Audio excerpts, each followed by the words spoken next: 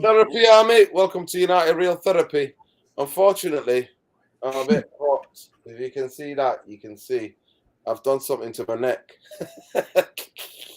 It just suits me anyway, but big up to you all. So this is going to be a bit of a strange match reaction because I'm not fully 100%. Like I said, I don't know if you can see that. My neck, I'm a bit jaded. But big up to Steve for coming on, Newcastle fan. Obviously, after that, not many people might want to come on. But yeah, Man United have won 2023 League Cup final. For me, it's a trophy. It's not a massive trophy for me, and it's an indictment of where we are as a football club. But because I've been spoiled. I've been spoiled, and I've seen Man United win everything.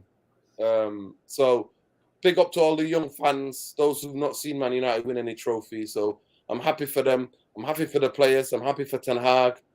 But yeah, Man United, the League Cup first trophy of the season in February. Man United have won it. I don't think we played our best today. I think Newcastle played a lot better. But in the key moments, I thought Man United won. Man United scored, and what is the hardest thing to do in football? I think that, we had them where we wanted them. I think they huffed and puffed and huffed and puffed. And other than the Maximan shot, and Murphy shot at the end, I don't think he created anything. But Steve, how did you see the game? Commiserations, man, but we appreciate you coming on. And big up to Tom. Yeah, no, thanks again for having me on. No, bro. Like I said to you backstage, I don't need no. Yeah, I appreciate the gesture. I understand why, but I don't need no commiserations. I'm on one side, you're on the other. Your side won. Fair play. For me, you know what? I'm pissed off, if I'm honest with you, and now I'm just sad because that's just how grief works. Stages. Gave away those crucial moments. 6 minutes. Goal, and then you're at your most vulnerable when you either score or concede, and we gave in. Capitulated. And yeah, we huffed and puffed and tried and all that night. I appreciate that, and that's cool, but you capitulated in 6 minutes. Just like we did to Liverpool. I'm sick of that. I'm sick of that. That needs to stop being a habit of ours.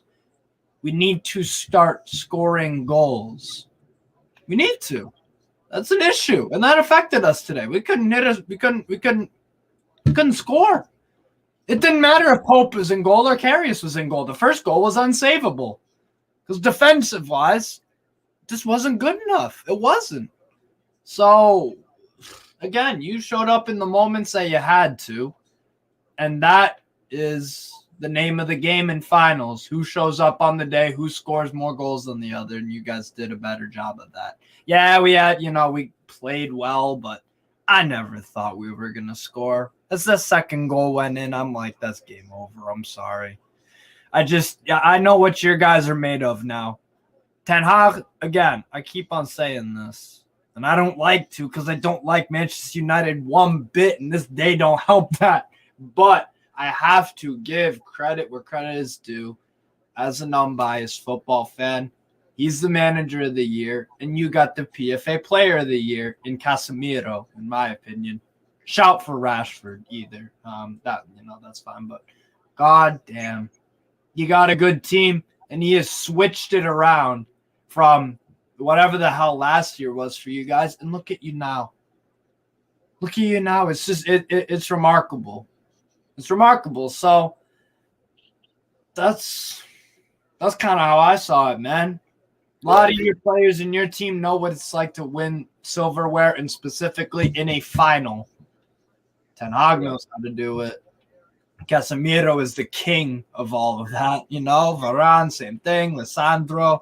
All these guys, Rashford, Bruno Fernandes won trophies with Sporting Club de Portugal as well. So Nations League, yeah. Shows.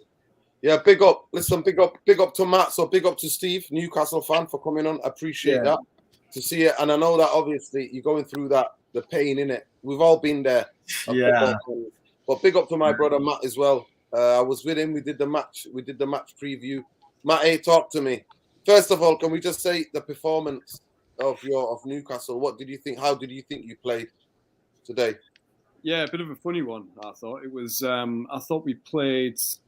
I thought we pressed well. I thought we had possession, and I thought that all seemed quite good. Strangely, I mean, apart from the goals, I thought the defense were all right. But we just final third, there was nothing there. Part of that was due to, and I mean, I've got to say, Wan-Bissaka in the second half put in a great performance against the Maximan. That was great. That was great for management from Ten Hag. I thought was really good putting on Wan-Bissaka there. So Maximan, there was just no end product. He didn't know where to go. He just didn't know what to do with that final ball. And in that final third, we were a bit toothless, to be honest. And it felt like you took your chances, and won the game from that. Personally, I'm proud of the lads. And I feel like it was a great. I mean, watching it on TV, it looked like a fantastic atmosphere. I was really pleased at the end. I think it was about going into stoppage time. All the flags came back up again. Mm. You could see the black and white flags, everyone just waving them. You could hear the supporters singing, and it felt like, right, okay, we've lost this one, but we're not down and out. It really felt like, right, this might be the start of things. It hurts to lose, but we were a little bit toothless there. What I will say is as well, it felt like you could really tell the strength and depth that Manchester United has over Newcastle. When we were bringing players on, it was just a bit like, oh, you're bringing Sancho on and we're bringing on Jacob Murphy. And, Jacob Murphy is, he's been great. He's been a really great lad for us. He struggles with his end product, I would say. He's got plenty of energy, but he's not world class. You can look at like St. Maximan, who sometimes has those games. Mm. And in our first 11, sometimes you can see players who are world class. Some of them, you know what I mean. I firmly believe that Bruno Guimaraes is world class. Miguel Almiron at the minute is world class, but there's no strength and depth there, and I think that's really where it lies for us. 2-0 down, chasing the game. You bring on Matt Ritchie. Yeah. I mean, it's like, well, it was those moments really. We are struggling for goals, and that is an issue at the moment. Right, but Matty, from where you were last season, and you can ask the same question to us as well, to the United fans, and I'll come to you in a minute, Tom. But if I would have said to you from last season, where at Christmas last year, not this year, just gone, the year before that, right? So almost a year and a half ago at Christmas, everybody had you down to the championship, right? So at the beginning of this season, if I would have said to you, a League Cup final, excuse me, and you're battling for top 4, would you have bit my hand off? Oh, I would have bit your hand off. Absolutely would have done. Absolutely. It's incredible, really, where we are. And I come across as kind of complaining a little bit, you know what I mean? Like, we're a bit toothless in front of goal. The goals have dried up a little bit. I mean, really, you know what I mean? Compared to where we were, these are issues that are like, last season, a few seasons ago, I could have only dreamed of complaining about those things. Do you know what I mean? Having that amount of possession, I think at one point it said the possession was like, we had like a crazy amount of possession at the beginning of the second half, I think, something like that. Just hold it there. Matty, just hold it there 1 second. Guys, I might not look happy or whatever, but can you see that? I've cropped my neck and basically I can't move properly and I'm in a lot of pain. So I'll just say this. I've seen Man United lift every trophy. I've been lucky. Matt's known me a lot of that time. I've seen United win it all. Like the song goes, we won it all. We won a lot. When Man United, we're not going to stop. So, to me, I don't celebrate Man United winning the League Cup or Europa League. Mm. Man United were to win the FA Cup, you will see me celebrate. Mm. Forget all of that. If the Glazers go this year, you're never gonna stop me from coming on here and going crazy and celebrating. So for me, that will mean more. The Glazers going will mean more to me than any trophy. I repeat. I know that you might think that's delusional or whatever, but those vultures leaving would mean a lot more to me. And today I saw Newcastle. If Newcastle go to Wembley with Mike Ashley, I'm telling you now, the fans are still not disjointed. A lot of them won't go to London. A lot of them don't feel about it. It's about the ownership. Mm. The Glazers need to go. Then you'll see me celebrate. But I have never celebrated the League Cup, whether we lost, whether we won or not. It's never bothered me. A Europa League is never bothered me. FA Cup, a league title, or a Champions League, you're never gonna shut me up. So that's the reality of it. Carry on, Matty, and then we'll go to Tom. Go ahead, Matty. No, well, going from what you're saying, you know what I mean? Like from where we were last season, already where we were last season, even when we were in that relegation zone, it was like Eddie Howe would come in. There was a takeover. I mean, whatever you think of the takeover, I struggle with the politics of it. But what it did do was it united the fan base, and the fan base were you could just see it. Now the flags, all those flags came back. They were there under Rafa Benitez, and then they boycotted after Rafa Benitez went. And there were a lot of fans saying like, "Oh, why are they doing this? We need to support the team," and a lot of disjointed things going on. Now, there are still fans who disagree with the sports washing, the human rights issues, but everyone is behind that team. Now, whether that continues, whether the more that the Saudi owners have an influence on what goes on behind the scenes, I don't know if that's going to change or not. But at the minute, everyone is behind that team, and it feels like, even at the end, we've lost, but everyone's singing and everyone's up for it, and it feels like I bet you that will carry on into the next home game, and they'll just be like, yeah, we got to Wembley, this is incredible, because from where we were. God, honestly, the football was horrendous. The asset strip in the club, it was awful. And now it feels like, right, okay, the city is united again behind the team. So I would have bitten your hand off, last season, but I could already kind of see it. You know what I mean? I went to the first game. That Eddie Howe was in charge. Weirdly, he couldn't be there because he got COVID. But it was like his first home game in charge. It was just the fans were just up for it, and it was like suddenly I was like, wow, I've not had this atmosphere at St James's Park for well over a decade, and that just carried on. And it feels like no matter what happens now. It's like they're just going to dig in and just be like, right.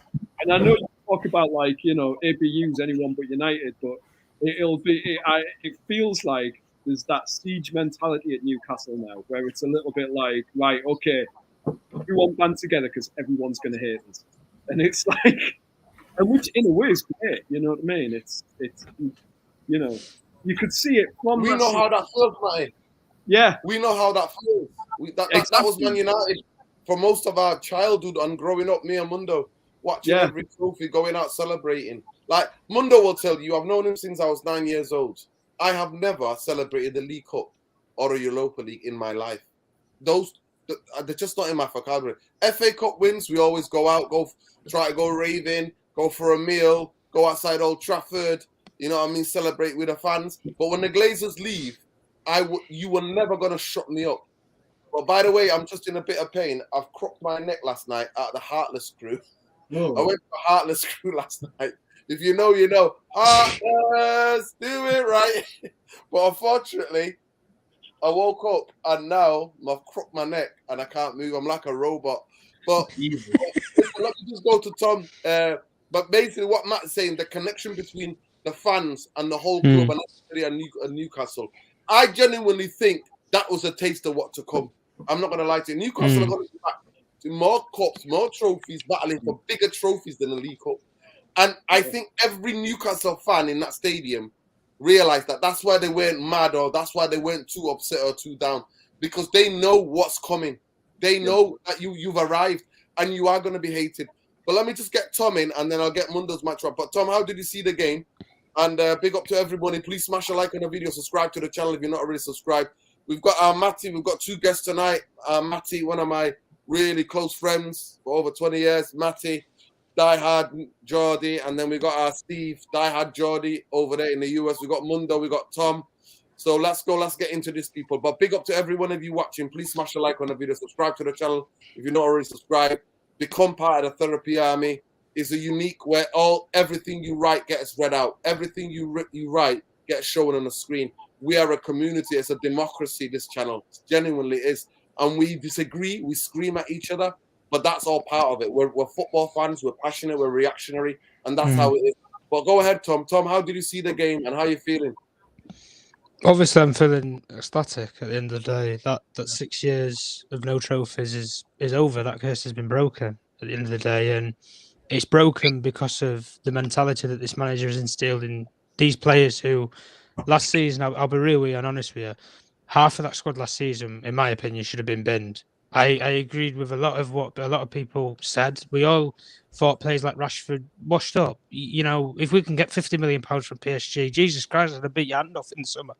But I look at a player now and I think, what a talent, what enthusiasm from him. You know, I look at other players as well who've had some sort of, I don't know, they've just had this guide or touch. David De Gea, he's sending balls to players' feet instead of sticking it in the stands. Like, I don't know, there's just something different this time. And I know we've been here before with other managers. We've won a trophy and then get on the vibe and get on the train and everything. But it feels different now. We're built different, this team. That's what I'm saying. And listen, all due respect and everything to what Newcastle threw today, because on any other given day, if you go off of a performance, Newcastle would have probably won the final. Because in that first half, that first 20, 30 minutes, I'll be honest with you, I'm bricking it. I was absolutely bricking it because I thought, we ain't getting the ball forward at all. We ain't got any sort of control, stability, nothing in the game. And I thought, Trippier gets on the overlap or something and puts a good ball in the box.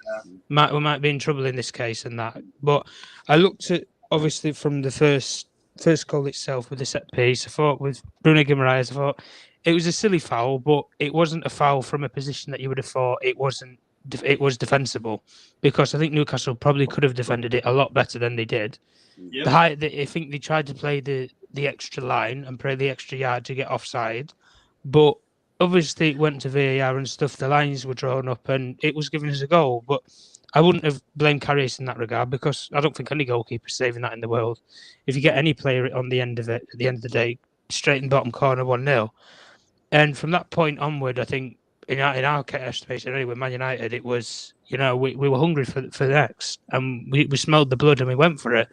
Rashford ran it to the defenders, bulldozed his way into the box from the Weghorst pass, brilliant link-up play, and then when obviously Rashford took the shot, it's gone down as a bottom and own goal. But at the end of the day, the goal went in the back of the net. And Karius, I think, should have done a lot better, if I'm being perfectly honest with you. I think, you have Nick Pope there. I probably wouldn't advise that goal goes in at all, I'm being real and honest, truthful. But no, and then I think from the second half, when we were under the pressure, Ten Hag, with his, I don't know what, he's got some tactical magic at the moment, just knows, right, well, if I overload the midfield, they're going to have to go wide. And if we can defend the wide areas, which we've done for pretty much most of the game already, Newcastle can't really create chances, and we suffocated them in the second half with the amount of chances that were created, because the chances that Newcastle were creating were not clear-cut chances at goal. I didn't see David De Gea break a sweat since probably the Joe Linton flicked header. That was the only time that I really saw David De Gea break a sweat in the game. But I just think the mentality that this manager has instilled in such a short amount of time as well. And listen, for the vulture that was actually in the standing, Avram Glazer, if anything tells you, your club's just won a League Cup final, and your fans still want you out. They were still chanting at 90 minutes, wanting you out. And like you say, if Bill was on the other foot with Newcastle, they'd be doing the exact same thing with Mike Ashley. Yeah. Because the investment and the way these football clubs are run, if you don't have an ownership in place, it's very hard to instill a mentality. And the only thing I'm saying is, Ten Hag, he's coming here he's basically been gagged, noosed, whatever you want to say, and he's pulling off miracles out of nothing.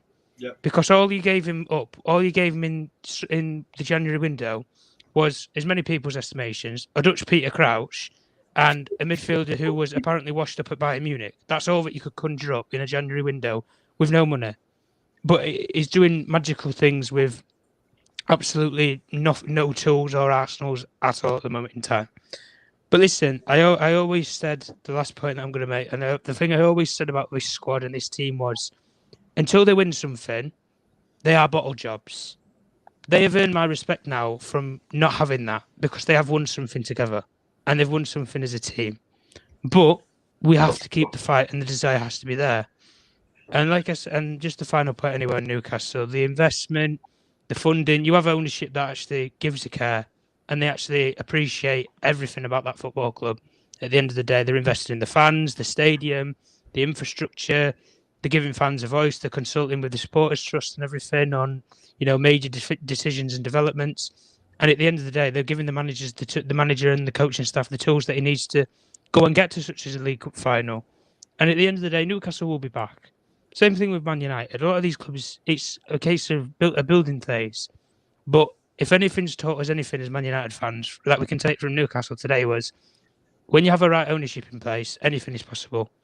And if you can get the right tools around a certain manager, like Eddie Howe, if you get the right tools in place for a certain manager who got relegated with Bournemouth and got completely written off, suddenly he's got to a League Cup final in the space of barely 18 months, is it, really? Yeah.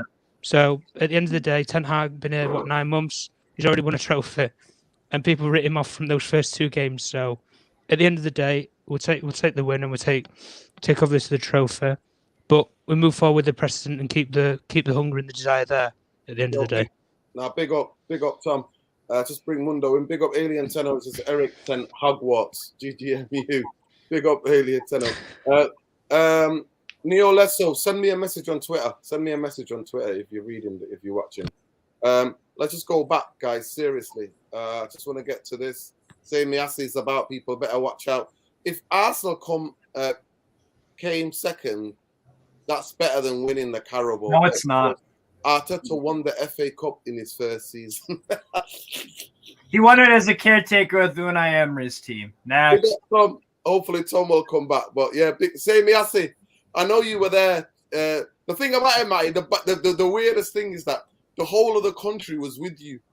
Other than if you're a Man United fan, everybody else was Sunderland. Sunderland ain't cheering. Well, maybe Sunderland. No, definitely. That'd be like Leeds fans rooting for you. No. Leeds fans, listen, Leeds fans will never root for us. Mundo, welcome. Big up to everybody. Please smash a like on the video, subscribe to the channel. There's 200 of you in here. Let's get to 7,000 people by the end of the month.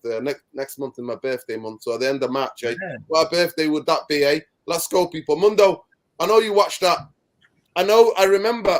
I think I watched a game with you, if I'm not mistaken, when Liverpool beat us. Do you remember the game when Liverpool beat us? Michael Owen scored late on, and we lost the League Cup. I think Owen and Gerrard scored, didn't they? We lost 2-0. Yeah, and I remember I wasn't deviled. Do you remember? I was never deviled, and I would be deviled losing any game to Liverpool. But because it was the Carabao Cup, I was like, we could focus on the league. Do you remember that time? Yeah, but we were winning trophies. That was like a bonus trophy. We were winning everything else. That's why we weren't bothered. But right now, 6 years without a trophy. But I think most sensible Man United fans I've been talking to, they don't take this as being we've won a huge trophy. I think what we've all been saying is this team has never experienced that winning feeling. You know, there's a reason why Pep and Klopp go hard in this tournament, because it sets you up for the rest of the season. It's like, get that taste of winning early doors, and then, because we're still in 3 competitions. Well, look, I'll just be there 1 second. Casemiro, everyone knows how I go for every ball like it's a plate of food. He's a hungry hippo then, Jesus. That guy cleans up everything. But listen, it was two evenly matched teams. The difference between the 2 teams was Casemiro, Varane, and Martinez. That was the difference because they're well, definitely Casemiro and Varane. Their experience helped us to manage the game, especially in the second half. That was the difference. But what a player Guimaraes is for you guys. What a player. He's fantastic. Yeah, I don't know how you got him, but what a baller. We were bottom of the league when we signed him, I'm pretty sure. Yeah, we were. It was January. It was January last year. And it was almost like Arsenal were in for him. Apparently, they were dilly-dallying around. And they say you need Champions League to acquire these kind of players. No, not in the Premier League. Premier League's all about the money. Premier League pull is something. Yeah. Well, he's a baller. Him and Isaac, what a player he is as well. Botman as well. He's a special player. Why was he on the bench? Botman? Not Botman. Isaac. He came on in the second half. Great question. Every time he was on the ball, I was honestly because he's getting forward. He had a bit of drive to him. Wilson for me. He's a striker. And he was playing in midfield, and he was eating up the grass, and he was really problematic. But I think as Structure was saying, Newcastle will be there or thereabouts. I think for the next few years. But it's good to get our hands on a trophy. How did you see the game? How did you see the game, Mundo? How did you see the game? The tactics, the formation, the personnel. How did you see it? First 30 minutes, Newcastle were on top. And I think the miles in the legs were showing for Man United. We looked really tired. We weren't able to press. Our midfield wasn't getting it. Joe Linton and Guimaraes were just getting, or Bruno, I call him Jordi Bruno. They were just getting on the ball. And they were able to get it through the lines quickly out to San Maximan, and then he was just terrorizing us for the first 30 minutes. But I noticed that we made a slight tweak with Weghorst. Yeah, and then we started to drop deeper, didn't he? Deeper. Just before we scored, we started to take a little bit of control, and Rashford was getting on the ball. We were starting to get a bit of forward momentum. But what a ball by Luke Shaw! You know, the thing is, you can overanalyze a goal, but sometimes with a delivery like that, you just got to take your hats off and say, what a ball. Yeah. Put it in a danger spot. No keeper in the world coming out to collect that because it's in that corridor, And I'm not sure about the offside, though. I mean, that was a bit of a... It looked at first glance like it might have been off, but I don't know how they drew the lines. It's our fault, though, that we didn't defend it better. As good as the ball was. Yeah. But I think it's Wilson. I think it might have been Wilson's, feet. I looked at the feet in it. That's the first thing. Because he was like towards the. He was at the. No. He was closer. Actually, he was closer. Wilson was closer to the ball. Where the ball went past him, and his leg looked like he kept him on. So and the second goal, I've got to be honest, right? If that was De Gea, I'd be disappointed that he didn't keep it out. If I'm being entirely honest, right? I know it's harsh because it took a deflection. To be fair, I think he already went down anticipating the shot. I think. It took a deflection so close to him. I don't think anyone stopped. First, he got his hand to it. He literally got his hand to it. It's like it wasn't traveling that fast either. The ball. But it's how close it is. It's how close. It's how much time you have to react. If you have a shot from 50 yards, you have 5, 6, however many seconds. It's right in front of your face, and it takes a deflection. Sometimes it don't even need that much of a deflection. Maybe I need to watch it again, but I just thought it was right. Yeah, maybe I do too. To be fair, because I think I agree with Steve. I want to get Matty's opinion that he had to adjust his body. He just literally had to get up by a couple of inches to get it out. For me, looking at how Pope has played all season, he knows when to stand up and when. And I know what you're saying. You know, it takes a deflection, he goes down. Do you know what I mean? It's very close. But for me, it just feels like Pope had the experience to know he would have the experience to know to kind of stand in that situation. And I think Pope saves it, to be perfectly honest. And then if he saves that, then it's 1-0. And then it looked like Manchester United were getting tired towards the end because it played on the Thursday. We had more possession, and maybe that changes the game. For me, I really feel like we lost that final last weekend when Pope got off. And it was that because even the confidence of that back five, I think it's, things are different. So I don't know and maybe I'm being harsh, the thing No, is, you're not. No. sort of like he pulled off 2 brilliant saves, after that. And it's like, I think there was one from Veghorst, I think it was a great save. So he's a good keeper, but Pope for me, there's a reason why he had all of those clean sheets. He broke our record in terms of clean sheets. There's a reason. I don't think he saves the first one, but I think he saves the second one for me. For me, the problem is let's say in a hypothetical world, Nick Pope concedes the first goal like any keeper. That's not savable for me. Too close, header, corner. No one's saving that.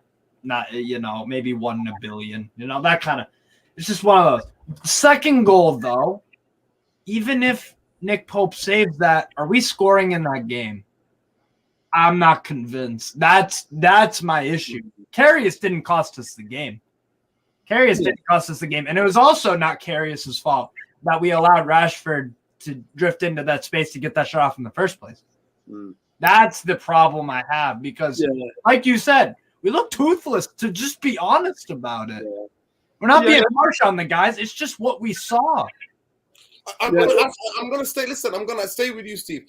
Do you think that Eddie Howe, the time that he's had, right? So basically, he came into the job. You were in the bottom 3 or the bottom of the league, wherever you were, right? He then had to quickly establish a defensive unit, get in the 11 to defend as a team, because modern football, you can't carry any passengers. Everybody's got to be at it positionally, especially the way you want to play. So then, do you think that he's drilled them weight that much and relied on like getting an odd goal or having minimum chances where someone like Wilson or someone like that just getting an end of the goal and getting a goal?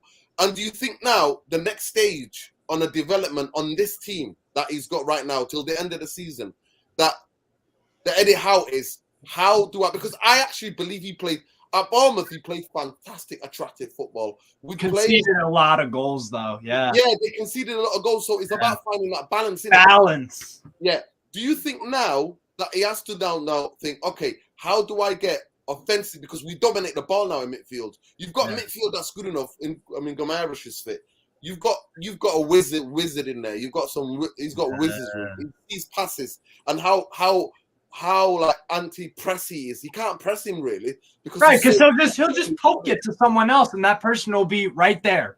Yeah. So, do you think that's the plan now? Now Isaac's back, Wilson's fit. That's the plan now to get the team into combination, how to create more goals up the pitch, other than just being quick. Because you know what, with certain players, and also the other thing I think as well, he's been using 11 players. 11 players, majority, like he said, your bench is not that great. So that idea, they're not used to being relied on and them battling and winning, because this was a team that was fighting relegation. Do you understand what I'm saying? So the mentality shift now to do that extra more, to be champions. You have to be creative. So what does he have to do? Go ahead, Steve, and then I'll ask Matt as well. Absolutely needs some balance for sure. You know what they need? They need target practice, bro. They need target practice, or they need to. We still need a creative midfielder, in my opinion. A James Maddison, someone like that. Drive with the ball forward and link up wing to striker and all that sort of stuff. Because Guimaraes, he does that absolutely. It's not his main thing though, because we also see Bruno Guimaraes defensively contributes a hell of a lot. He'll man mark on someone and he does all these sort of wonderful things. We need a straight up a creative midfielder, in my opinion, next to Joe and Bruno. And we have that luxury in the 4-3-3 where we can have a CDM in there in a more defensive game with Bruno and Joe. Bruno would be the more creative one or whatever. Or we could do a straight up center midfielder, and then it could just be whoever, it's kind of free roam sort of thing. Or it can have an attacking midfield, which is what I think we need. Because why? We need goals. We've been struggling to score goals ever since, post-World Cup, in my opinion. That's what I've seen. Besides the Leicester 3-0, I don't know if we scored 2 goals in the game with any sort of consistency. We haven't, So, yeah, for me, again, balance. That's a great point. He is so focused on drilling us down defensively. But the problem is that, yeah, we need the balance now because today we conceded 2 goals and didn't score any. Liverpool, same story. Conceded 2 goals and didn't score anything, but we look good. So we need to start scoring more goals. And then also we still have to focus on the defense.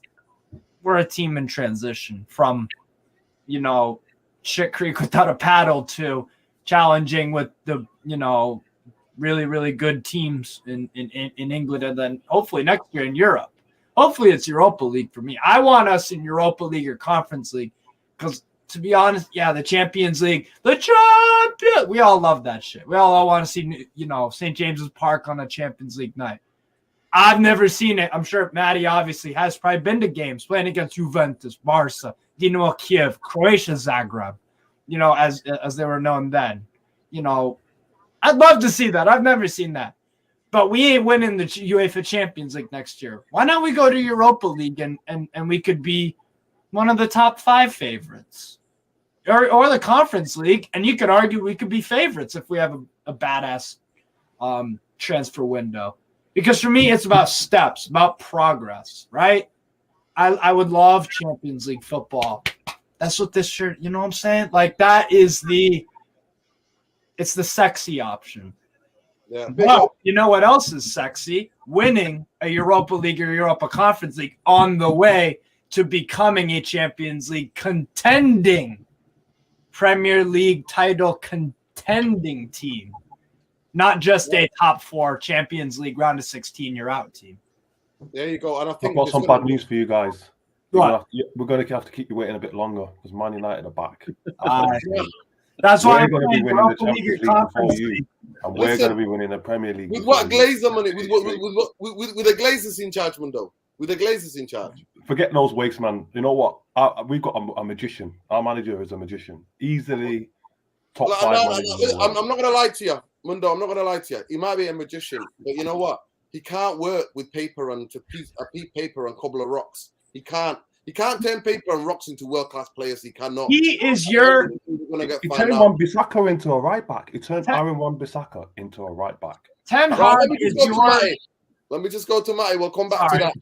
Let me just go to Matty. Matty, it's progress, obviously. But now, Eddie Howe, to the rest of the season, what are you expecting from the team? Bit more offensive, bit more the coaching, slightly a bit, creating the patterns and shapes to get you guys more goals, getting everybody to chip in as a team with goals. Yeah, and what I think what I would like to see is a little bit of tinkering in terms of the formation, because I think what's happened is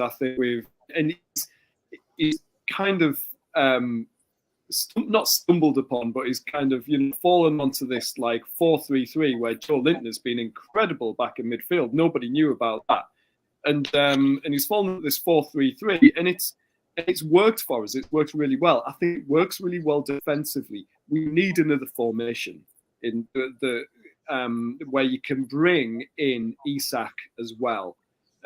Wilson's great, and I think is a great out-and-out striker. We are now struggling with goals, and I think if you can find a formation where Isak comes into that first 11, then that's great. I think now is the time that he comes into that first 11. I think he showed that today. And finding a way in which that works, I think going forwards, that's what needs to be done. Now, whether Alan Saint-Maximin is part of that, I don't really know. I don't know if he's an Eddie Howe kind of player. So it's going to be interesting to see where we go from here. I think it does need a little bit of experimentation. Today, what happened was it felt like, when he brought Isak on, Isak was playing as that kind of, just behind Wilson as a striker, and he brought everything out wide. He thought, right, okay, rather than playing through the middle, we're going to play down the wings, down the channels. But your fullbacks were immense today, and it felt like you stifled us in those positions. So it didn't really work that well. So he needs to find a way in which he can have another formation that works with this defense. For me, I don't. For me, like you look at Bruno, and he is so good at just performing under pressure. When someone's kind of coming into him, it's like he can find space and come out with the ball. and it's all kind of like twists his body in these ways. Yeah, he's brilliant. For me, I think he can play. He can play anywhere in midfield in terms of like he can play further back. Also, I think he can play more advanced as well.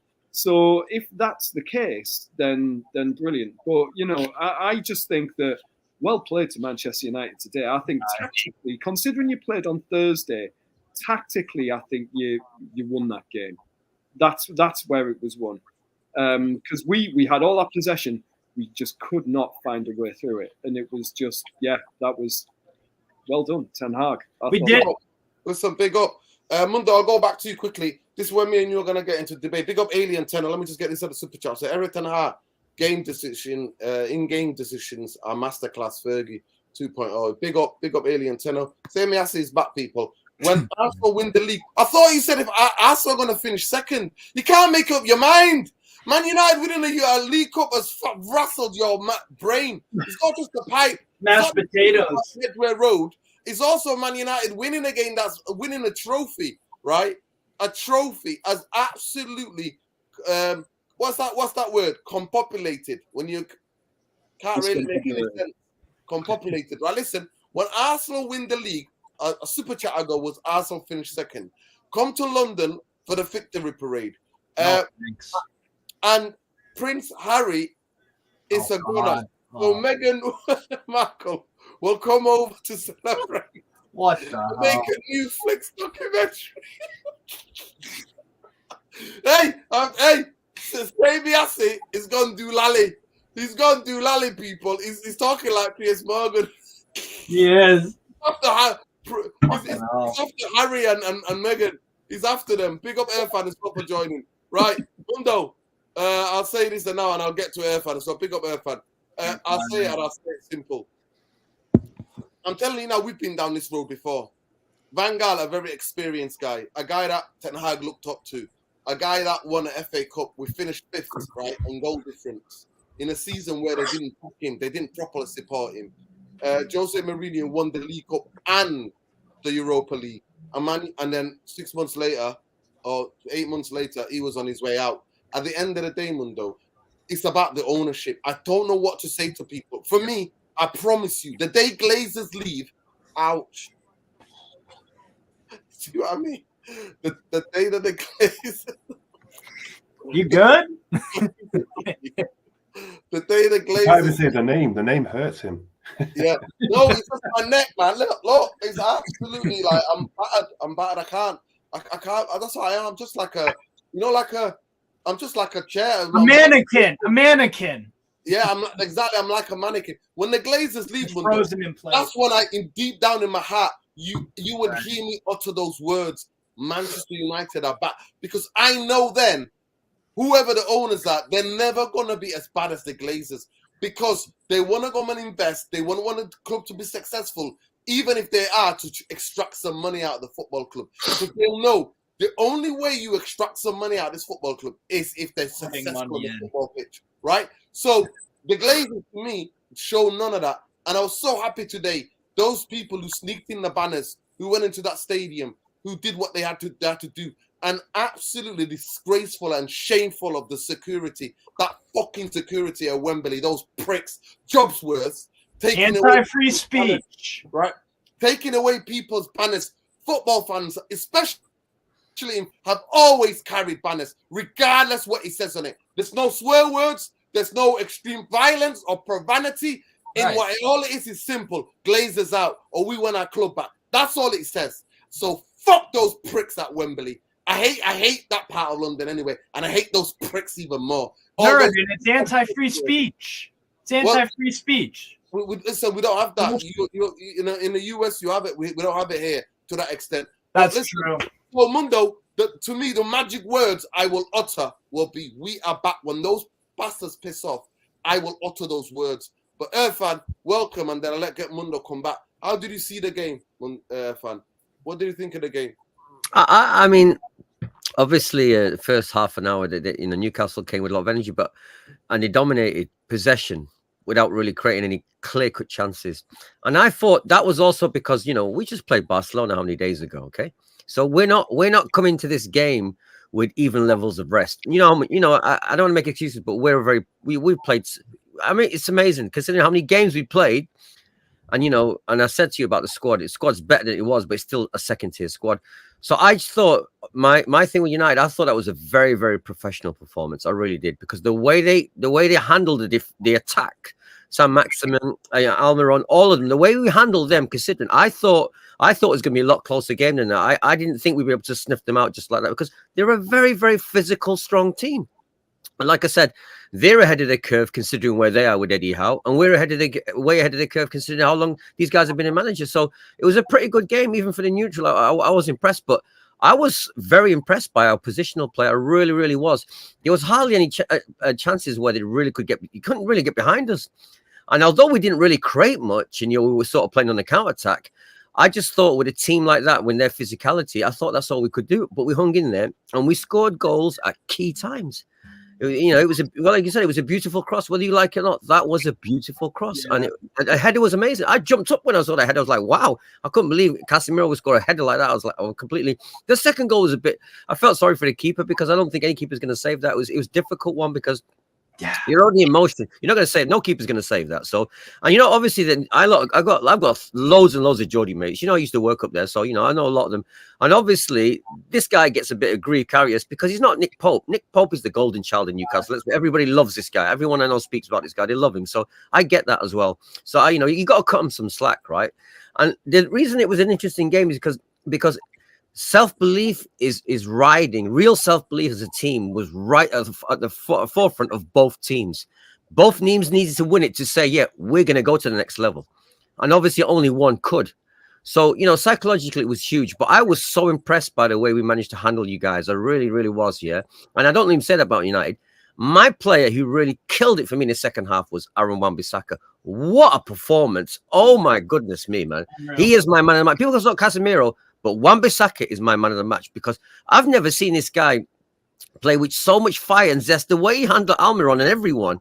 I mean, it was almost like he was proving a point. Well, okay, you didn't play me first half. I'm going to show you, right? Because his level of tenacity and energy in that second half, that's what I kept watching. I was watching everyone in the team, but this guy was one playing the whole pitch that stood out for me. No one was going past this guy today. No one was. He was so sharp. I was shocked. I mean, it's like someone put some turbo boost in his back or something. I don't know where that came from, because, all right, he's good, but he's not that sharp. But he was on his game today, really was. And, we showed a lot of professionalism to see this game out, because they huffed and puffed. And let's be honest, you see how physical that team is. I mean, they've got an incredible centre-back pair, and they really, really have. I mean, Almiron wasn't in the game, really. It was all coming through Sam Maximin. I mean Guimaraes, he's a brilliant player, that guy. That guy is a brilliant player. And he wasn't fit. This is come back after, was it after suspension or something, or what? 3 games suspension. Right, so there you go. So he was only giving you 50% of what he could give you, and that 50% was still crooked. I was like, shit, we need this guy. We could have this guy in our team. So he really impressed me. But I like, and like I said, me and Nero didn't discuss before. I wasn't jumping for joy because we won the Carabao Cup, because I'm used to the golden years. So we win pre. So this was just good. United fans will get giddy. It's nice to win a cup. It'll give us some belief. Well, we won this cup, to tell you the truth, because we got winners in the team. We got an amazing winner manager, and we got winners like Casemiro, Varane, and even Martinez. Bruno didn't have a good game, but the heart comes from the defense. They're winners. Casemiro, Varane, they're winners, and with the manager. So I'm very happy on that level.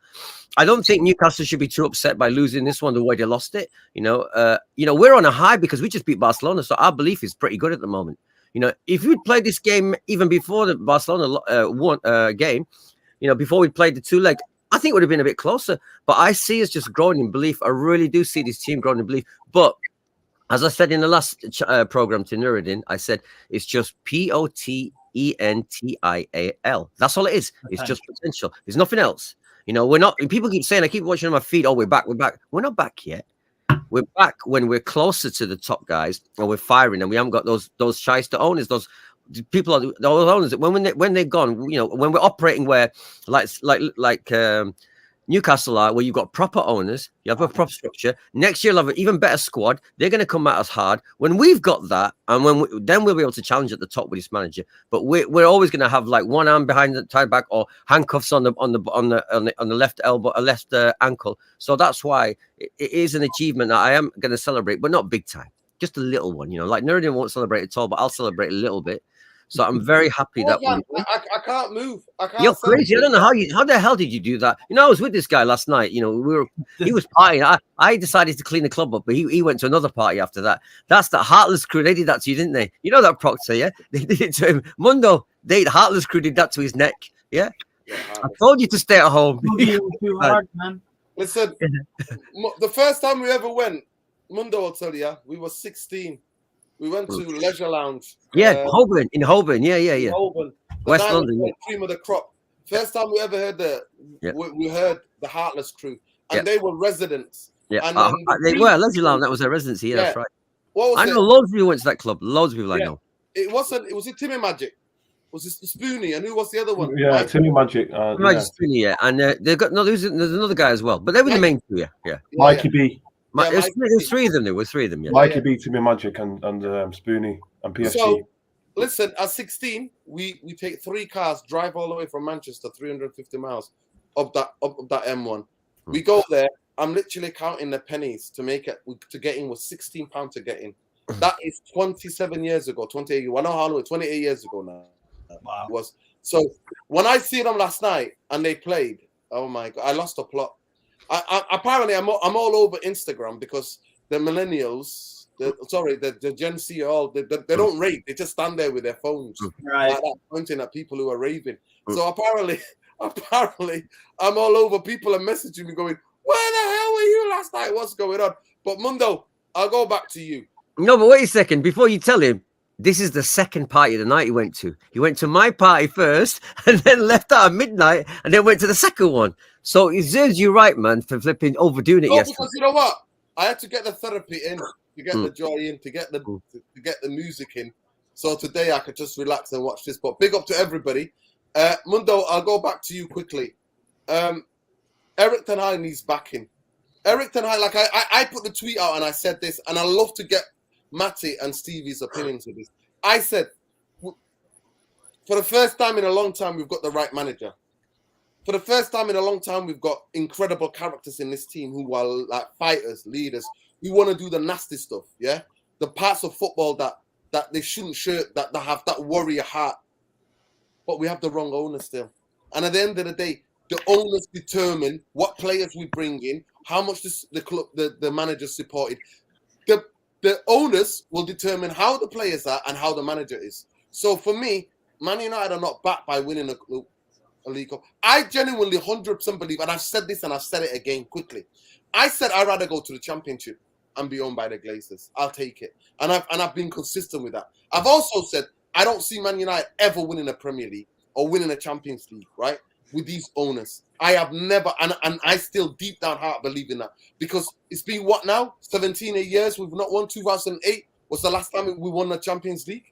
So, and last time we won the league is a decade and a bit ago. And I was going into like over a decade now. So for me, it's about the ownership.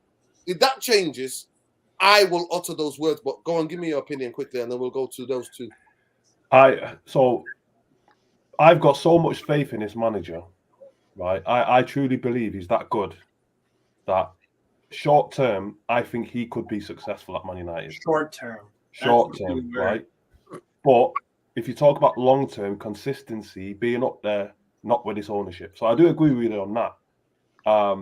But I think that this guy, because what he's done in the space of 6, 7, 8 months, look where we were last year.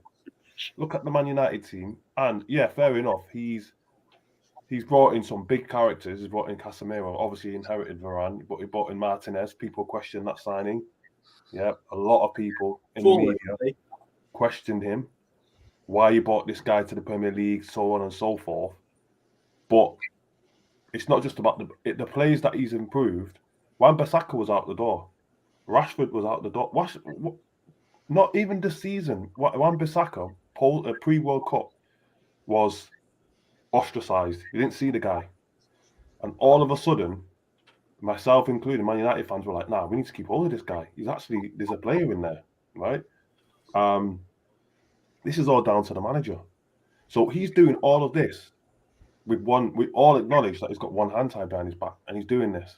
And I don't think Man United are that far away from competing with City, Arsenal, Champions League. I think we are 2 or 3 players away, first 11 players away from being seriously competitive. You give us a number 9 and a creative midfielder, ball carrier, and probably a better right back, and I think we're in the mix. And a striker as well. Another striker. That's a striker, a number 9, a midfielder, like a ball carrying midfielder, and a right back. That's why we disagree again. I think Man United need 2 midfield players. I think we need to get rid of 2 because Eriksen is it's going to be 31. Casemiro's already 31.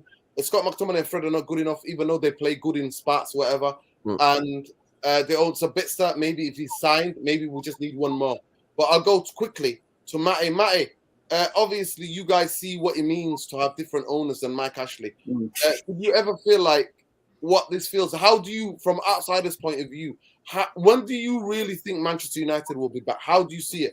I see it when, and if it's like an analogy of what we've been through, it's similar. You know, obviously we've been through different things, and you've been at a different level to us for a long time. But you know, Rafa Benitez came in, and I know you guys don't like him because of Liverpool connections. But for us, we were like, right, okay, we've got a good manager. Yeah, we've got a good manager. And he was doing things. His hands were tied. The fans all got behind him. His hands were tied, and he couldn't do anything. Okay. Now it feels like, and still we were a little bit divided over what happens when he left. Did he leave? Should he have left? All of these kind of things, and all of these little bits of politics come into it. Now none of that matters. You see, it's almost like you're getting on, it's like we're unleashed in a way where it's kind of like, right, okay, we can just forget all of those things and ride the potential of what's already there. And it feels like that's what it is for Manchester United. Like you're saying, you're a couple of players away from, you could even win the league this season, but are you ever really going to get to that level where you were at in the mid-90s, mid to late 90s, under these owners? I don't think so. Yeah. Now, if you get new owners and if you get the fans completely united behind that team and behind the club, and if it starts from the owners, it feels like, oh God, what could happen at Manchester United? Because then it's the hope. That's the thing. Do you know what I mean? It's the hope that they could do anything. And at the minute, it doesn't feel like that for Manchester United. It feels like, right, yeah, well, maybe you could win the league, but are you going to do what Manchester City's doing or what Liverpool have done? I don't think you're going to get there under the Glazers. If you get somebody else, you get your hope back. Listen, big up Jarvis Cocker, Nick Pope, Newcastle. Most important player in it. The Newcastle defense, it's like plus 10.5 PA expected goals against. Only conceded 25 goals expected.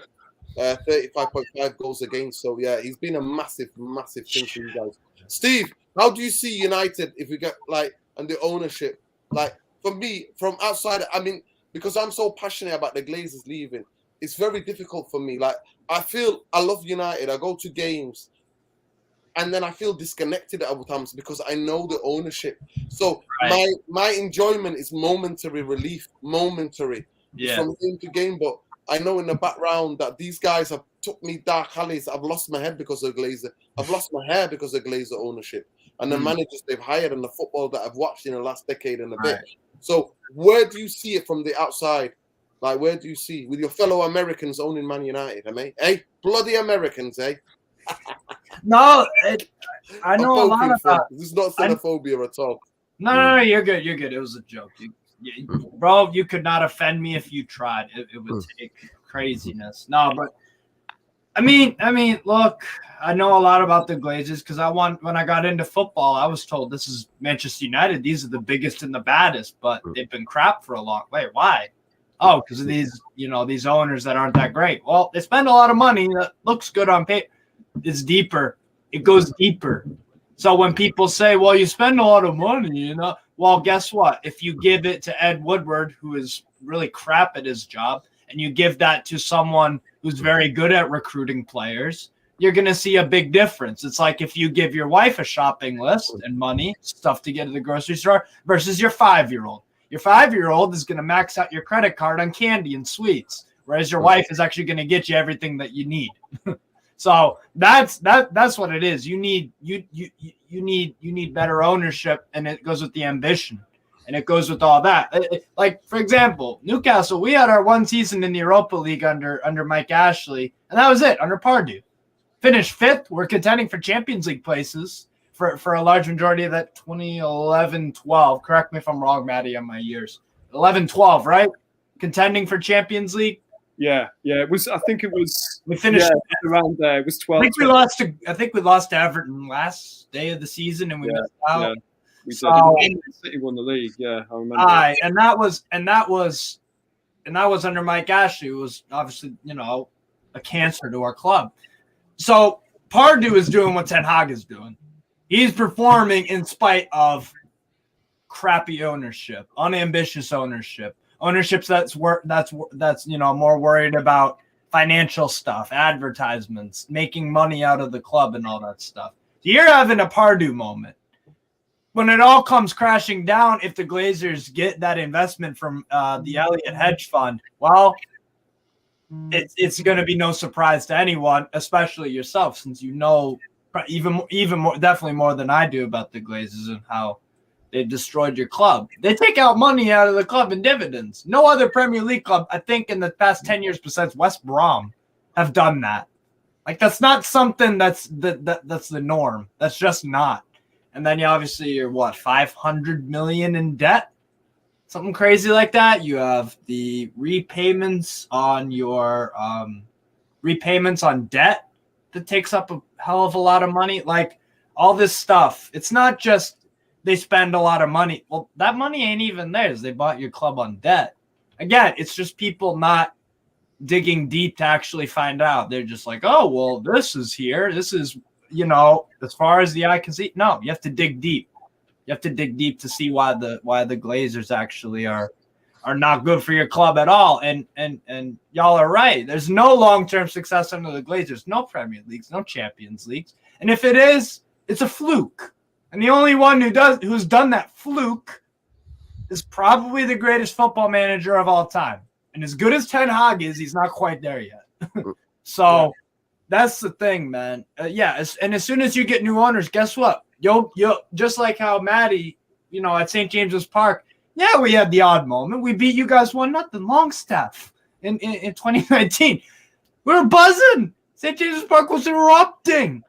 But it was just for that moment because we still had the fat Cockney bastard there. So it was all just like, oh, shit. Yeah. So now every home game is rocking. Every single home game is rocking. We sell out.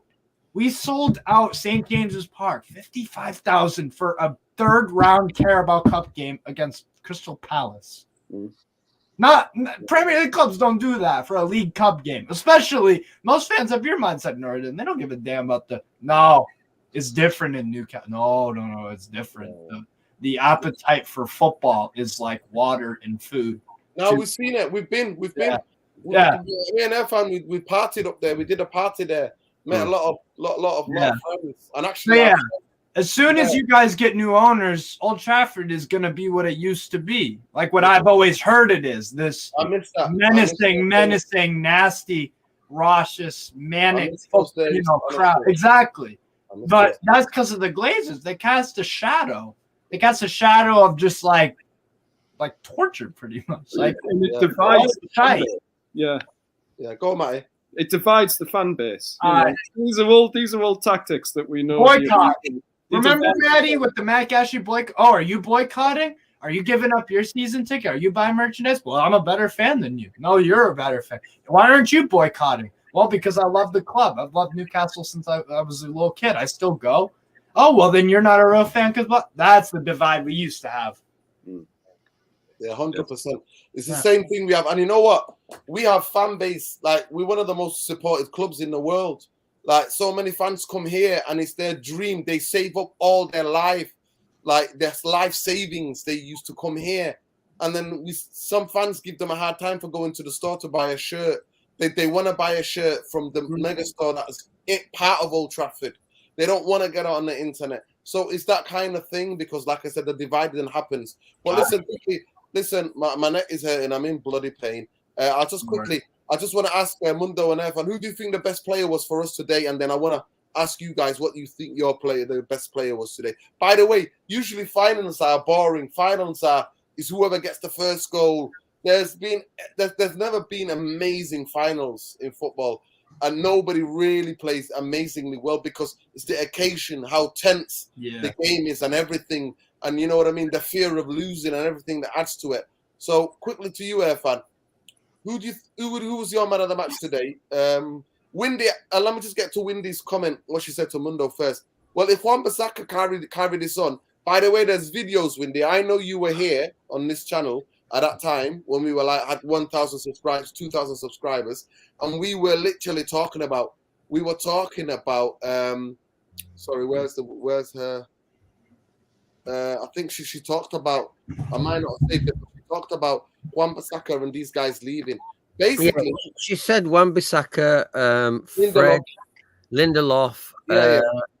Who else? One more person. I forget the other. Basically, this to there me. You go. Yeah. I said Wan-Bissaka, and I always said, and people used to come on here going me, "Oh, you're just defending them. You're just defending them. You're a Rashford lover." Da, da, da. And I kept saying, listen, I remember when the class of '92 broke into the team. The class of '92, 3 or 4 of them will get into the team on a match day, and they played with 6 or 7 captains of Man United. Everybody could be a captain of Man United. Right, you know, we're talking about Bruce Pallister. We're talking about players like Cantona, Keane. You know, we're talking about Pallister. We're talking about players like that, Dennis Irwin. We're talking about the keepers we had, like Schmeichel. All these guys, when they broke in, they had that. Who did Man United have?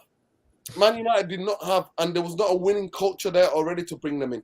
So when people break through, and we buy people like Wan-Bissaka, and we buy people, and we have youngsters like Rashford, I always said a coach. That's the only sacking that I approved of and I regretted was Van Gaal. I was too angry and too short-sighted because what happens is that when you're disillusioned with your ownership, you just have a go at the manager because you see the manager in the press conferences. You don't see the owners. They never come out and speak. So you lash out at the manager. And that's the guy I regretted. I regretted because I knew how young players were being developed. The way young players are developed. So for me, I didn't worry about Rashford and these guys. I always said to everybody who would listen to me, everybody and their nan, when we have a proper coach, there is no place for any of them to hide. And I believe every footballer can improve. If you put in the hours, hard work in training, you can improve to 15 to 20%. Of course, some things are a given. Like Maguire, you can't get him to improve our pace. He's never going to have pace. You can't improve for him to start scanning. He doesn't know how to scan. He just knows how to head the ball. He knows wide and slide football, how to get ready for that. That's all he knows. But Mundo, Wan-Bissaka, talk to me. Do you think Wan-Bissaka would be on this list to leave or people to leave? So when I made that comment, I did say first 11, by the way. So I said we're 3 players away, first team players away from being competitive, right? Lindelof's not first team player. Fred's just signed a new contract, so I don't know where he's going. And if we sell Wan-Bissaka, then obviously we're going to get a right back. This manager. So look, in January, he wasn't given a single bean to spend. This guy, not a single bean. Chelsea went out and spent 300 million, right? And our manager was given nothing. And he brought in Weghorst, and he brought in Sabitzer. And the thing that I've always said, even going back to throughout the whole Glazer thing, and when rival fans said, "But you've spent money," and I've always said, it's not just about spending money. It's not about giving a £100 million player. Sometimes the manager, you can get someone for 10 million. It doesn't matter. The manager wants certain players with certain profile that fits into his system. So even though Weghorst is not a fantastic, unbelievable number 9 or 10, he fits into the manager's system. He does what the manager wants him to do, right? Which is a stopgap, but nonetheless a useful stopgap. Yeah. So I trust my manager to find a way to win. Whether he needs to dip into the youth team, whether he needs to go into the loan market, all the big clubs, Real Madrid, Bayern Munich, Barcelona, they all utilize their loan system. So why don't we utilize it? We have this summer, and I mean in January, and it's worked out fine for us so far. So I think our manager will find a way. But to the point, the Glazers, with the Glazers in charge, I agree with everything what everybody said. They are just a drain on the club, not just financially, but everything. Financially, the spirit, everything draining us. But what I will say is we have finally got something we can unite behind, and that is a united team, all pulling in the same direction with an unbelievable manager. So yes, whilst we need to keep on with the Glazers, we also need to back our boys. And the thing that we've got, which you said, is we've got those captains now. Because when I look at that team, Casemiro's a captain, Varane's a captain, Martin is a captain, Bruno's a captain. Dare I say it, like Luke Shaw could be a captain for Man United. Like he's playing that well. I used to not rate him at all. No. You know what it is? He's always the problem with Shaw is he's always had the talent, but injury. He's been addicted to KFC buckets or something. I don't know what it is, right? There's some mentality issue, right? KFC is his Burger King, fuel, right? And it's like the managers came because the only other manager that got him Mourinho his potential was Van Gaal. It must be a Dutch thing. He must come in and say, no ketchup, no fish and chips, no KFC, mate. Get on the training ground, right? And I agree with the earlier comment about Van Gaal. He came in and his football was a bit sterile, and that's why fans got behind him. And it was because now we're hearing the Glazers didn't back him in the market. He wanted guys like, I don't know, certain players, and they gave him Snyderlin and things like this. They didn't deliver on. He wanted Mane, and they gave him Depay and stuff like this. So there was issues with the ownership, which is why he didn't achieve what he should have achieved. But what we did see under him, and why I liken Ten Hag to him, is discipline. And Rashford's best form and Shaw's best form, the younger players' best form, was under that manager. And this is the first manager since Van Gaal who's come in and instilled discipline, a style of play. No one player is bigger than anybody else. We had a player who thought he was bigger than everybody else, and he was shown the door, right? And that's the message. And even Bruno's given interviews recently said, yeah, when we saw what happened to Ronaldo, we were like, right, this guy's serious, mate. We need to get our heads down, and we need to work as a team. So I'm happy that that's what we're seeing now. So that's all you can ask for from your team, that they give 100%. Yeah, big up. You might not be the best players, but if they give you 100%, you can't ask for more. That's it. Who's your best player for United today? But my best player for today, I'm going to say Varane. Oh, good pick. I'm going to say Varane just because we're always bigging up Martinez and Casemiro and these guys. But I think over the last few months, Varane's been unbelievable. And it's that level of calmness he just brings to everybody around him. Like you can play Luke Shaw left centre back because you've got Varane. Right. So I'm gonna give Varane his props today. I'm gonna say Varane because Newcastle were looking dangerous second half. It's a good pick. Yeah, Varane. Great pick. Fun. I'm going to disagree with Mundo about Varane. I watched him a lot when he was leaving. Well, he was sort of, when what's he called left for? What's the guy left for PSG called? His partner, Ramos. When Ramos left, and I've watched him for years, and I thought he started to get a bit shaky. Yeah. Now, the reason I disagree with Mundo is because when I see us play out from the back, I don't think it's as calm yet as it should be. It's still a little bit it's still a bit rushed, and there's one pass that goes astray, and we're back under pressure again. We don't have that calmness at the back, but. Where Varane is good, he tidies up things quite well. He's good in the air and he's fast, right? But he's not the Varane that obviously peak Varane. Okay, so look, he did a job for us. I don't think he's the be all end all for us. But I like the fact he's got the experience and he's a winner. So we need that winning mentality. It's hard for me to pick a player because, like I said, I've already told you in the second half was Wan-Bissaka was my favorite player in the second half. First half, I don't know. You see, I could say Casemiro. I could say Martinez. I could say Varane. I don't think anybody was amazing, but I thought, you know, it was just a solid. I thought it was a solid defensive performance as a team rather than individuals. So I can't pick one. But I'm going to go for Wan-Bissaka. The thing is, though, you know, we talk about all the previous managers and stuff like that. Like, Nuruddin mentioned Van Gaal.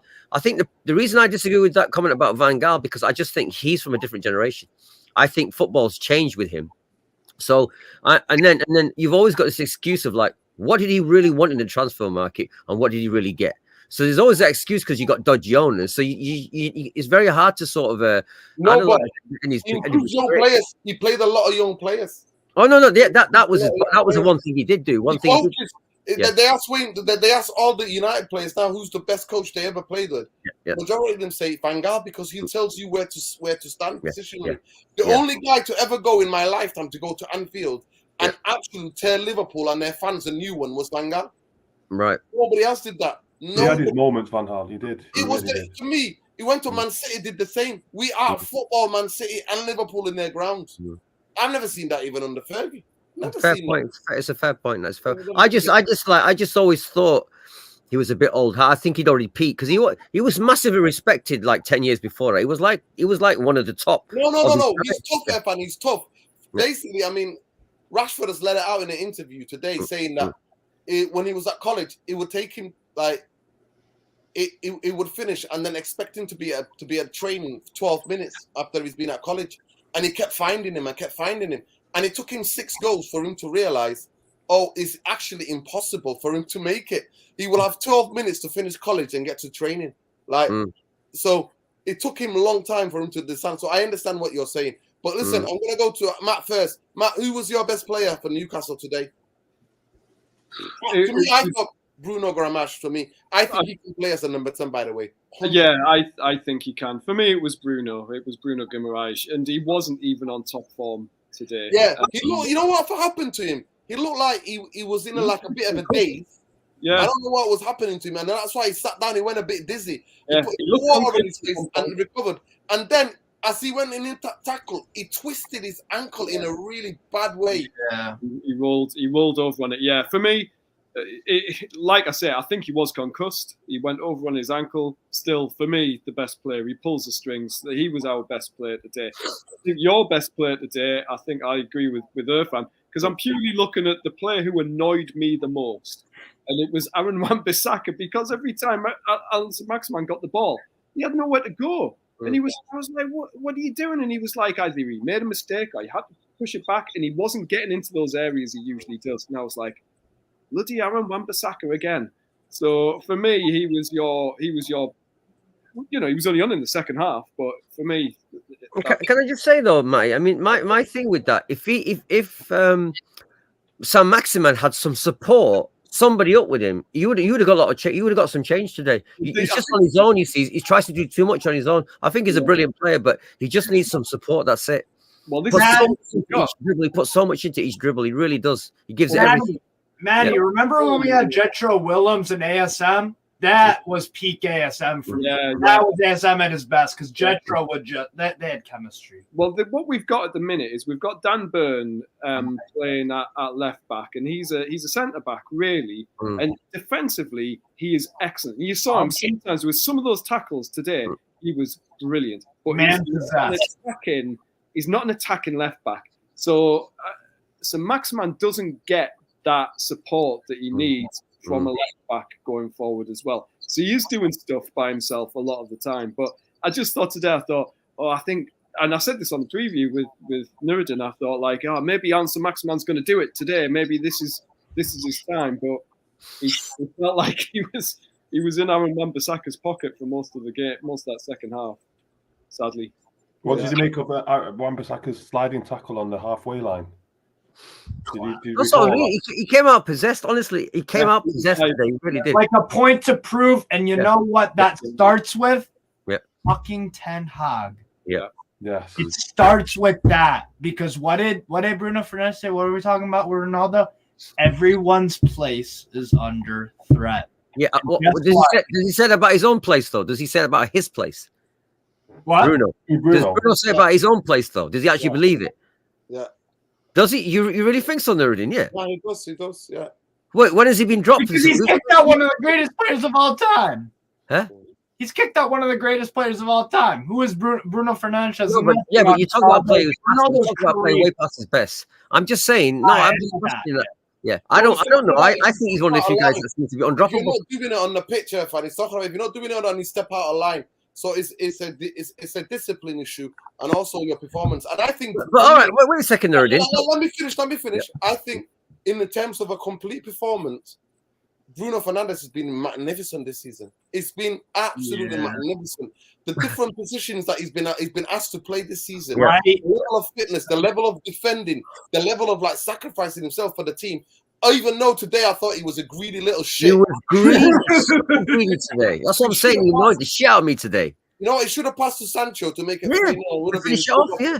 for Sancho. And Sancho did remind him that he should have passed. But other than that, I think he's been brilliant. I actually hated Bruno that was running like a headless chicken, like trying to make it all about himself, about goals and assists. I wasn't asked about that, Bruno, because for me, it's not about you one player, it's about a team. Football is 11 on the football pitch. It's not one person. So this season, for me, in the hard games, even in the tough moments against City, against Arsenal, in the big games, Liverpool, Bruno was magnificent. And that, to me, it says something. Yeah, listen, big up to every one of you. Last people need to subscribe, but therapy, big up yourself. There's still over 200 of you in here. Please smash a like on the video, subscribe to the channel if you're not already subscribed. Steve, who was your best player for you for Newcastle? I'm going Karius. I am going Karius because he's not played for 2 years. He's not played for 2 years, isn't it? It's true. He's not played for 2 years. It's not even just that. I mean, like the fact that and this is just my opinion. That second goal for me, I'm sorry. I can't blame him on that in the first one either. Came up with 3 terrific. The one at the end, especially on Weghorst, had no right to save that. That was ridiculous. So to be honest, he could have kept he honest to God, he kept us from being, slapped around 5-6. Genuinely. Albeit the confidence and all that, sure, I get the underlying stuff, but for me, I mean, I wasn't. Yeah, we played well, but did I think we were actually going to score? No. Defensively, we were all right, but for me, I would say Karius. He kept us in the match because if that first goal wasn't conceded, you're making those big saves, you're keeping it at 1, and then it's up. So Karius did his job.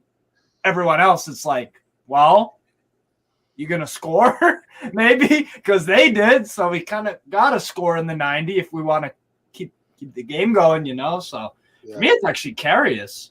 For me, it's Karius. Well, that says a lot. I did think there was a lot of pressure on him. I think a lot of the banter from rival fans, especially those who are against Liverpool, I never think he deserved that. I don't think Liverpool were that great to win that final. Real Madrid have got this incredible record in the Champions League finals. Mentality.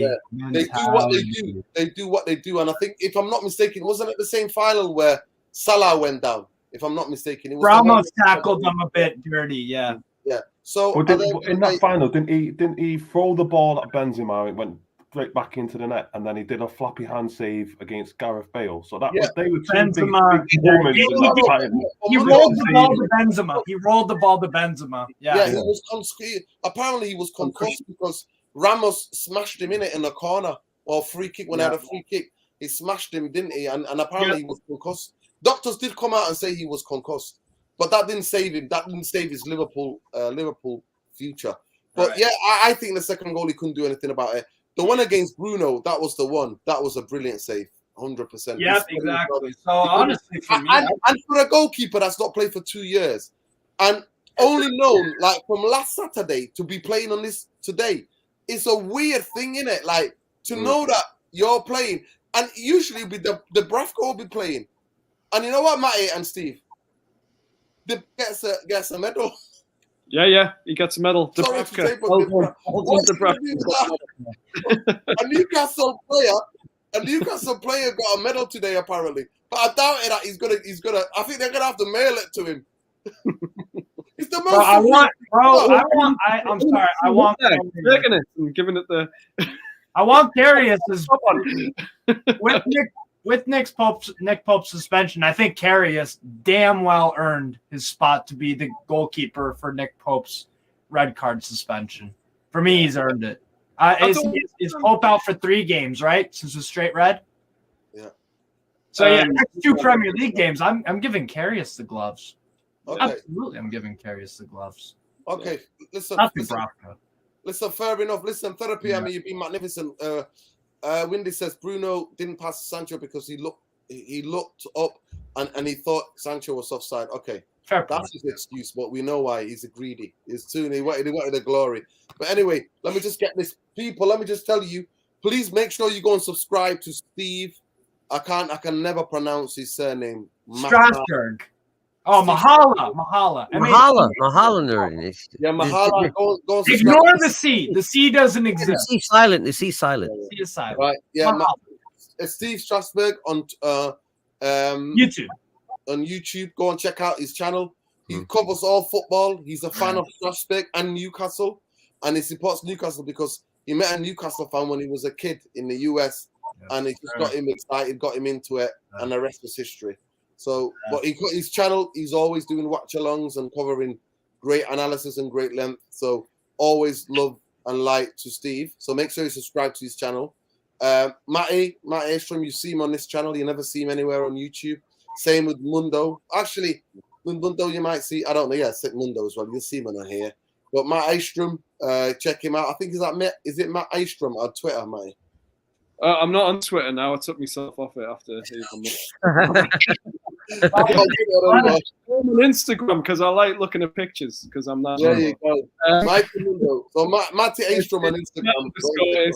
If you want to find me on Instagram, there's pictures of me with like a Newcastle. Today I live in Gorse Hill, right near Old Trafford, and I put this shirt up in the window and took a picture. And my wife Gemma was like, "Take that down now! I don't want to break through the window."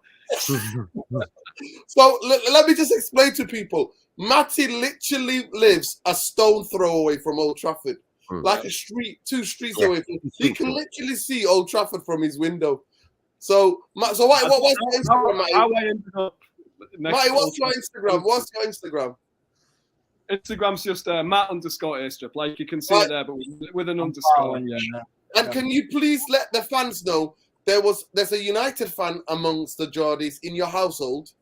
Bloody hell, yeah. It was my 6-year-old son is a Manchester United fan. He got him. Good lad. He ended up in. He had like when he was very young. He had like a febrile convulsion, and he ended up in hospital. And fine. But Marcus Rojo and Scott McTominay came to visit him. So before I knew it, they were there. He got him, and I was like, "What?" So today he was when the goals went in. He was like celebrating. Watched the first 2 goals, and then left. Like playing a switch in the other room, almost like he was like, "Yeah, that's it. I know the game's over now. It's like I'm done." And I was like, made me laugh, I can't laugh. So it looks like he knew what was happening. Yeah, but for him, Manchester United, he has no idea how big a club it is. It's his local football team that's like down the road, and is like, so. You're raising him Geordie, though, right? You're raising him Geordie. Well, I was trying to. He's in Manchester. I was going to raise him a Geordie. He's in Manchester, for God's sake. It's impossible. Just like Rashford, he's man born and bred. Born and bred. He was black and white. He was black and white up until he was about 4 years old.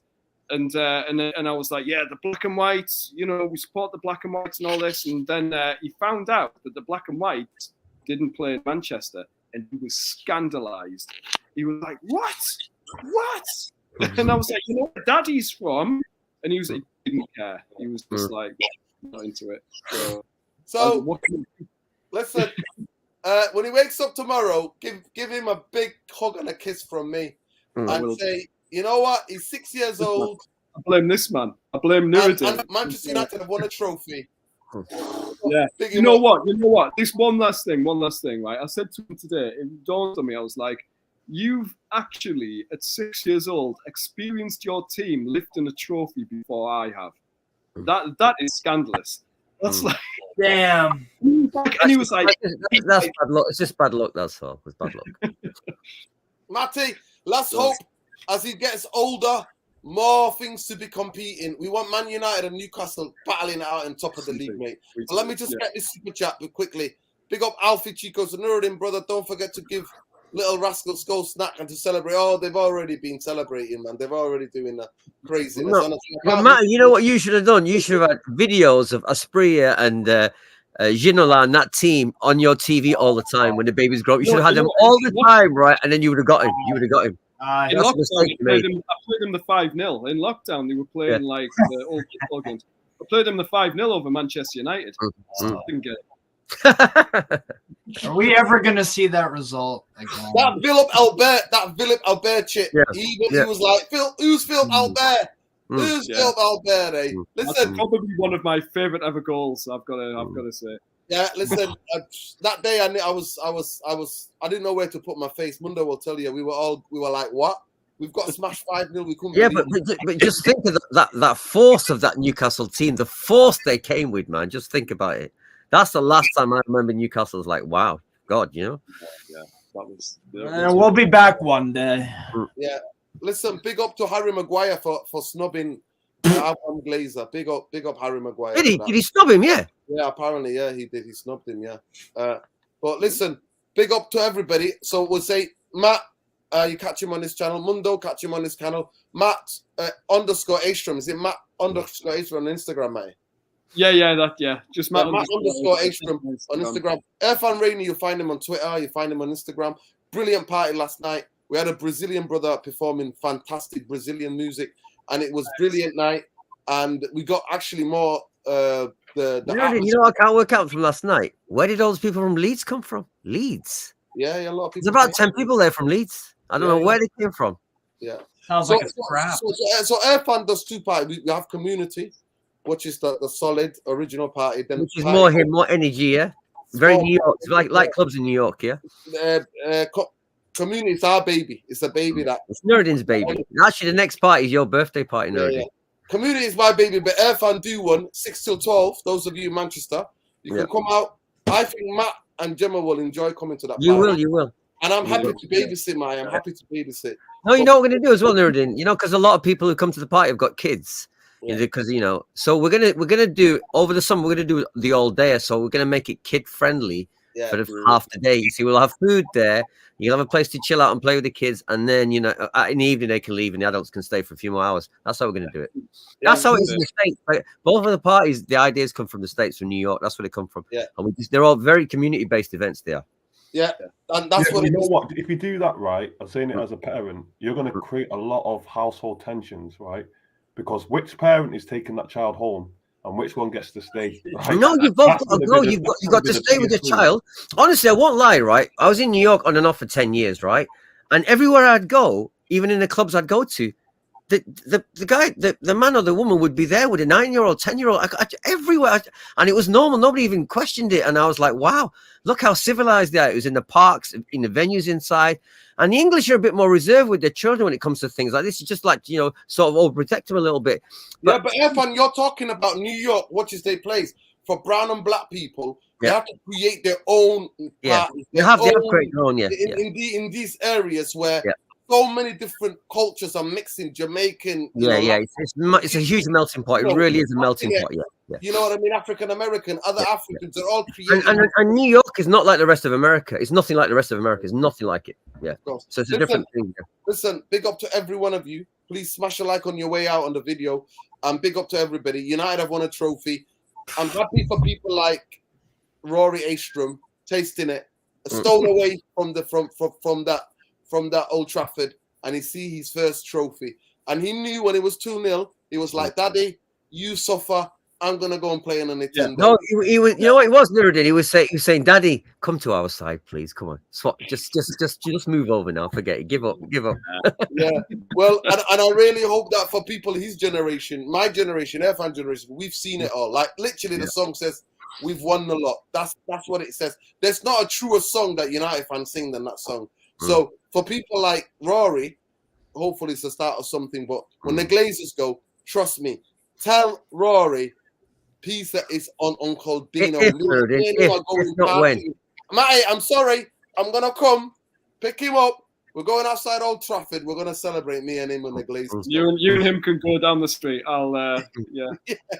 I'll drink a beer I'll in the take house. you down, celebrate Glazers leaving. I promise you.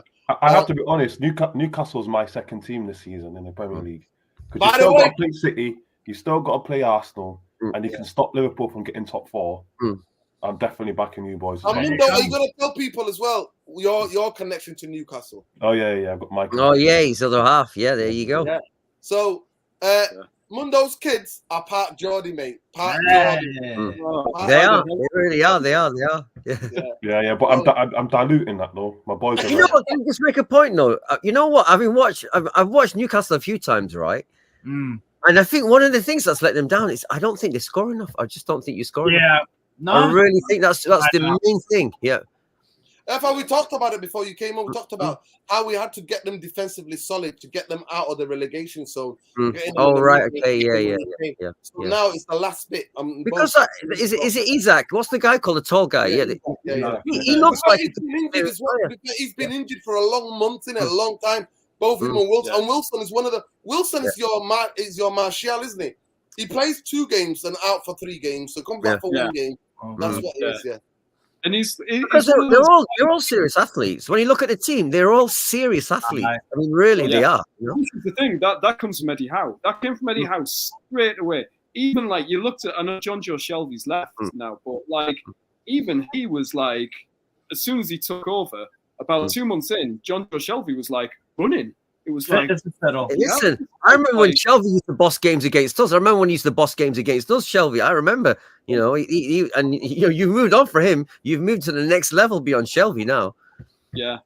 But it's the first thing was he got the players fit and he came in, just drilled them. And it was like, So listen, if you've been watching my United stand like aftermatch comments and stuff like that throughout the years, you know I rate Eddie Howe. You know. You're right. Nuruddin called him long before anyone. Called him long before. When I watched this Bournemouth team for that, they had like 15,000 seater stadium. Yeah. Bournemouth had no right to be competing to be in the Premier League. No right whatsoever. Yeah, and playing very positive football at the same time. Nuruddin, very positive. A lot of goals, but playing, and he kept them in the Premier League. For me, the job that guy's done, and then he didn't sit back. He went around Europe. When he got started by Bournemouth, learned all of the different kind of techniques. He went to rugby clubs as well, not just football, to learn about culture. Yeah. To become a more balanced man. Steven Gerrard and what's he called? What's the guy got sacked from Everton? I forget his name. Frank Lampard. They could learn a lot from this guy. They could learn a lot from this guy. They got too big egos, though. They think they're the rule. They think they're the. Well, they think that they're born to be managers. That that ego drives them, and they haven't got a clue. This guy's a real manager. They're not real managers. They rely on football nepotism. You know. Yeah, they do right. You know what? We don't earn the right. We just rely on people. He apologized to the fans today and said that meant so much to him that the fans stayed and cheered the club, like cheered him and the fans, and he said he's sorry that he couldn't bring the trophy for them, but he'll never forget what that means to him. So big up to Eddie Howe, like one of the youngest managers. I actually think he'll be a brilliant manager for England. I actually think that. Yeah, I think so too. I think he would be a brilliant manager for England. But listen, let Newcastle enjoy him for a couple of more seasons. Yeah, I was about to say, come on, man. No, it's not going anywhere. Not with those owners. You're not going anywhere. Listen, you guys have got nothing to worry about because next year is going to be even better than this year. I guarantee that. I hope so. Hey, nothing in life is guaranteed. No, I'm telling you now, right? This is only, like I said, you guys are ahead of the curve. You're not meant to be here yet. You're meant to be like maybe 2-3 places back. You're not meant to be 4th or 5th or 3rd. You're not meant to be there. Not in that short space of time. It's like us. We're ahead of the curve. No manager comes in. Look how long it's taken these other people to get there. Come on. Think of the early days of Guardiola. Think of the early days of Klopp. Come on, man. Please. The only one doubt I have about how, and it's I don't know if it's fair or not, but something in my back of my head keeps saying, is he the man before the man? Do you know what I mean? Is he the guy that's there before the guy that comes in that wins? Not gonna lie, I've been thinking that after today. Not gonna. No. Listen, can I defend him? I'm telling you now, he's not got a bench. You back Eddie Howe. Yeah. That's it. That's what I'm saying. Trust He's me. going to get a bench next year, Nuruddin. Guarantee he's going to get a bench next year. You're going to Listen, see, you right? got- Guaranteed. Listen, the next 2 transfer windows, this summer and January, are going to be very interesting. You know what the acid test? And they'll buy smart. They won't buy idiots. They'll buy smart again. They buy And who smart. they've They got? don't buy idiots, you know? Guess who Yeah. they've got? They've got probably the best technical director, sporting director, Dan Dan Ashworth. Ashworth. The guy that has Brighton. built Brighton. Look at the football. All these players. Oh, bro. yeah. Forgot you got him. That's who they've got. Wow. Wait till he gets into gear with the manager. Trust me. It feels like as well the fans are behind him, you know, because we've had so many shit managers like through the years that it's just like it's like, right, take over. Eddie Howe comes in and he's done so well in terms of getting those core players playing well. Not only the new players who come in, but the core players playing well. I think we're just like, you know, it's not like the old days where it's like, oh, well, you know, we want rid of this guy because he's had a few bad results. It feels like everyone's still behind him. So it's like he's got that. And I think he knows that he can, like, he's being afforded a bit of time there, I think. The fans are always going to back him, I think. The acid test for me next year, when I really know what Eddie Howe's made of, how do you perform in Europe? That's the big is when I think we all as football fans will be able to be like, well, all right. Steve, you know what? You're only good as what's on your bench or what's in your squad. You're only good as that. So, but the Thursday, if we don't get Champions League, the Thursday to Sunday is going to be tough. It always is. It always is, yeah. I hate it. So but at the same time, I'd love Europa League or Conference League because I genuinely think we could be in contention for that or that next year if the summer goes well.